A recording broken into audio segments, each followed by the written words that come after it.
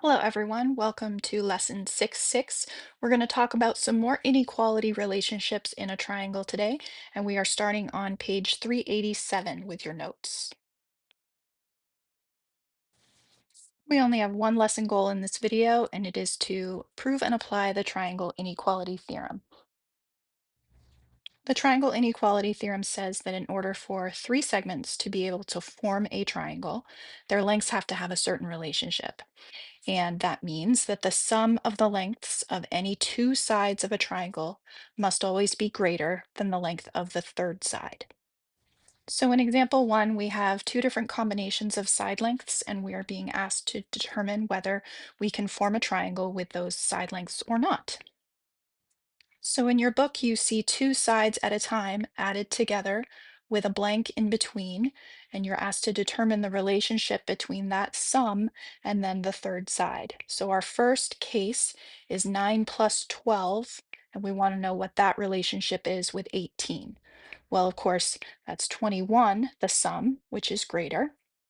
If we take 12 plus 18, that sum is 30, which is greater than the third side, 9. And if we take 9 plus 18, that's 27, and that is greater than 12. And so because the sum of each pair of those side lengths is greater than the third side length in all of the cases, the sides with lengths 9, 12, and 18 centimeters will form a triangle. Take a look in your sidebar on page 387, and you have a little bit of a question bubble there asking you to think about how you can eliminate triangle side length possibilities by looking at only one inequality.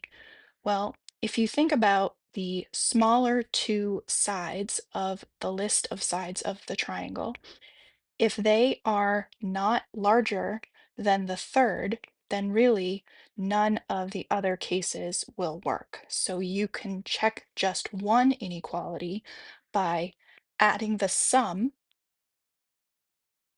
of the two smaller sides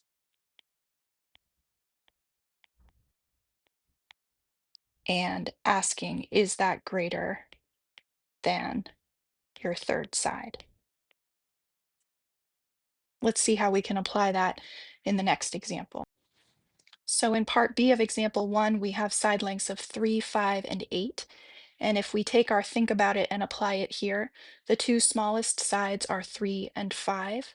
And since that is equal to 8 and not greater than the third side 8, lengths with 3, 5, and 8 inches will not form a triangle. Take a pause on the video and apply the triangle inequality in each of these side length cases.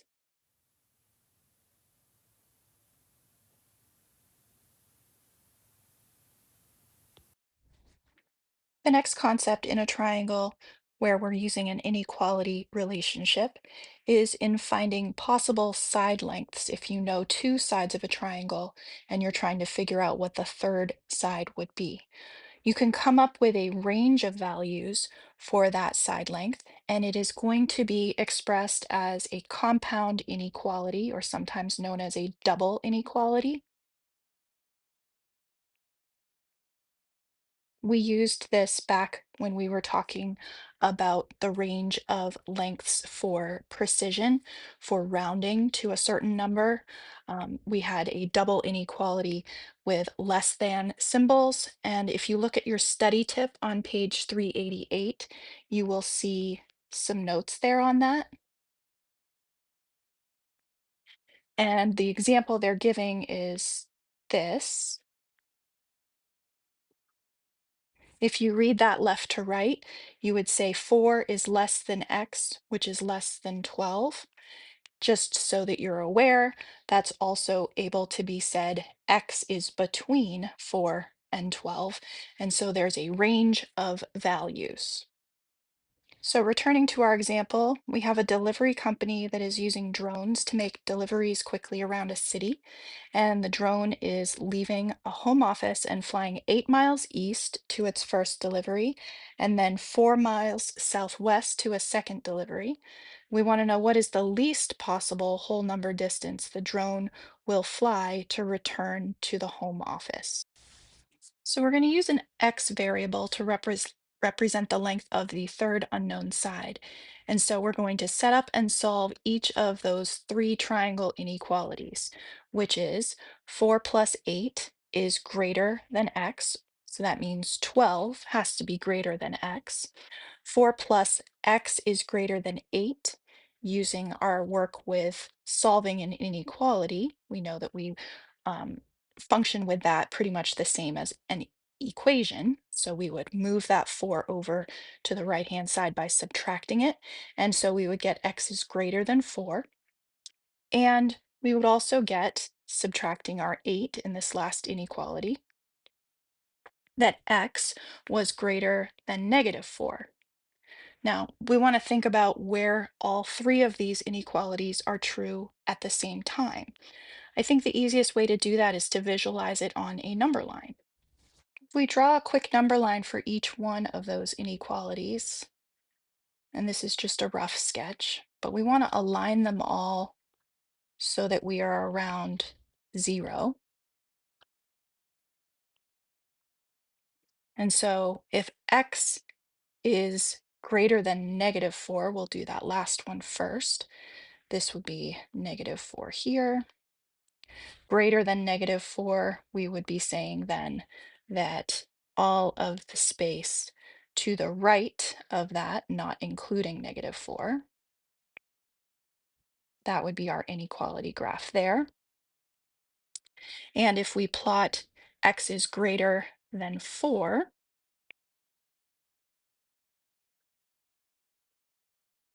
then we would be plotting like so.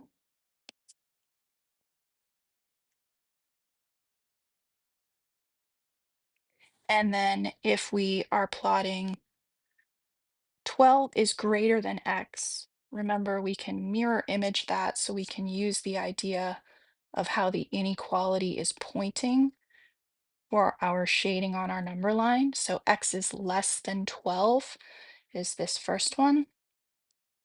And that shading this time, oops, forgot my open circle at 4. We've got an open circle at 12. I know this is not certainly to scale, but you can get the relative location.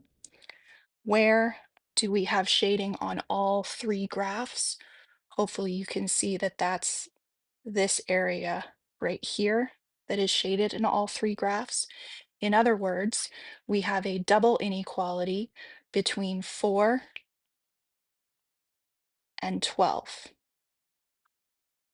And the least whole number value between 4 and 12, remember that's not including 4 itself, is going to be 5.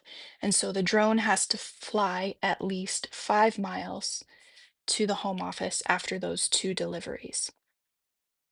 If we express this double inequality relationship in terms of variables, if we consider 4, 8, and our unknown side as x, and we consider A and B, the two known sides, then we can consider our double inequality that will result is that x has to be between, on the lower end, we got 4 by taking 8 minus 4, or in general, B minus A.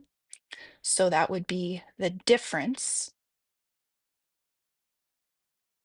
of your two known sides. And on the upper end, we got 8 plus 4 of 12. So that would be B plus A, or the sum of the two known sides. And that will be the double inequality pattern you can follow every time you know two sides and are asked to find a range for the third side. Take a pause on the video and see if you can work through this home improvement example of trying to install a thermostat by cutting a triangular hole in the wall with some known side lengths of 2 1/8 inches and 2 3/16 inches. Part A of this check is talking about assumptions, and then Part B of this check is where you're asked to find the possible range for the third side length. You can actually skip part A and go right to part B for that calculation for the check this time.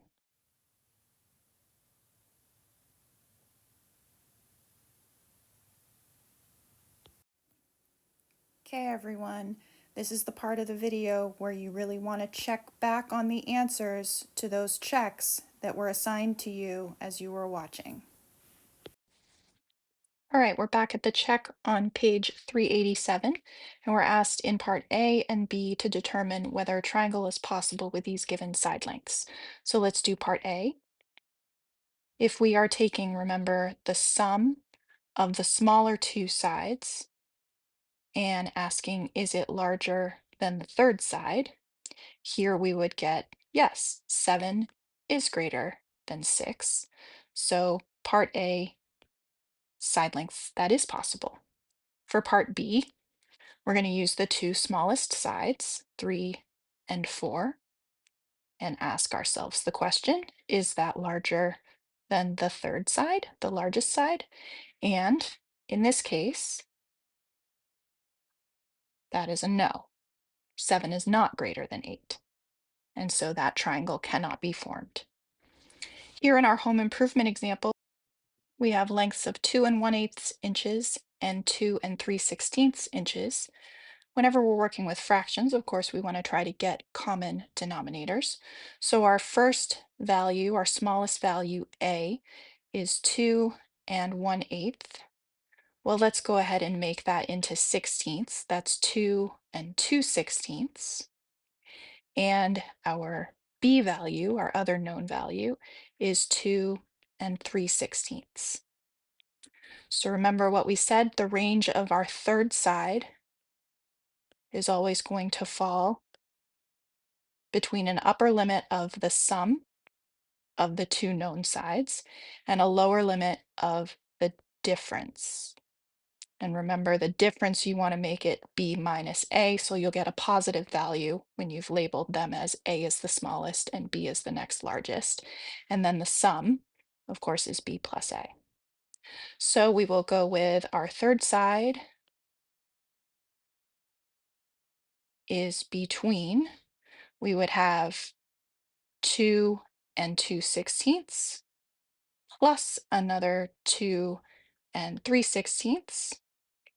And on the lower end, 2 and 3/16 minus the smaller 2 and 2/16. So that gives us just 1/16 on the lower end and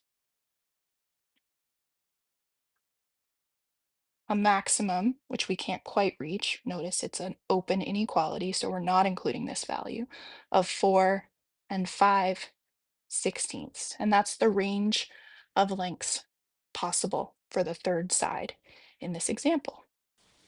Those are your checks for this lesson. We'll see you in the practice.